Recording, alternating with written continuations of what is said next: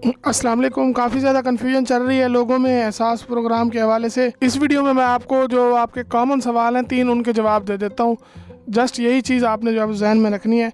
जिन लोगों को ये वाला मैसेज आया है कि बराए मेहरबानी एहसास एमरजेंसी प्रोग्राम की रजिस्ट्रेशन के लिए अपनी मुतल्लिका ज़िलाई इंतज़ामिया से रब्ता करें या ehsas.nodra.gov.pk पर इंदराज कराएँ, तो उन्होंने अपनी मुतल्लिका ज़िलाई इंतज़ामिया से रब्ता वगैरह कोई भी नहीं करना।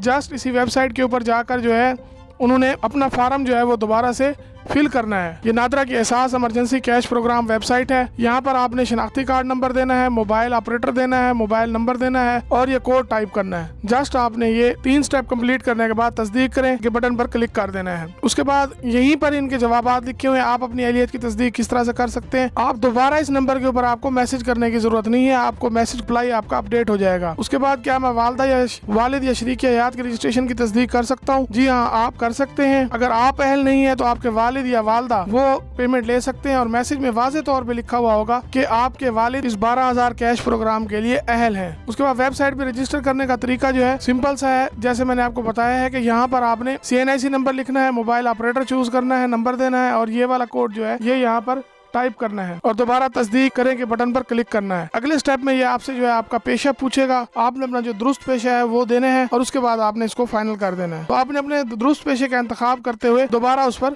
क्लिक कर देना है। इन केस अगर आप पहले से रजिस्टर कर चुके हैं और आपके डाटा की तस्दीक हो रही है, इस फार्म को फिल करने के बाद आपके पास ये वाला मैसेज आएगा और ये मैसेज जो है सिर्फ ये चीज शो करता है कि आपकी जो डॉक्यूमेंट्स हैं या आपका जो डाटा है वो वेरीफाई किया जा रहा है।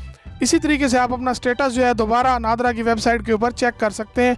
यानी कि स्टेटस चेक करने के लिए दोबारा आपको ये सारी चीज़ें जो हैं देनी होंगी और आपका अगली स्टेज पर जो होगा वो स्टेटस अपडेट होगा। इसके अलावा कोई और तरीका नहीं है स्टेटस चेक करने का, तो यही आपने ध्यान में रखना है। इसके अलावा कोई और तरीका नहीं है। तसल्ली के साथ आपने करना है। अभी काफ़ी सारा डाटा जो है वो वेरीफाई हो रहा है और मजीद जो है आगे वेरीफाई होना है। अभी ये फर्स्ट बैच जो है ये रिलीज हुआ है और अगर आपको पेमेंट नहीं मिली और आप समझते हैं कि आपका डाटा बिल्कुल करेक्ट था तो उसके लिए आप जो है वो नादरा के फैसिलिटेशन सेंटर पर भी रब्ता कर सकते हैं। बहुत शुक्रिया।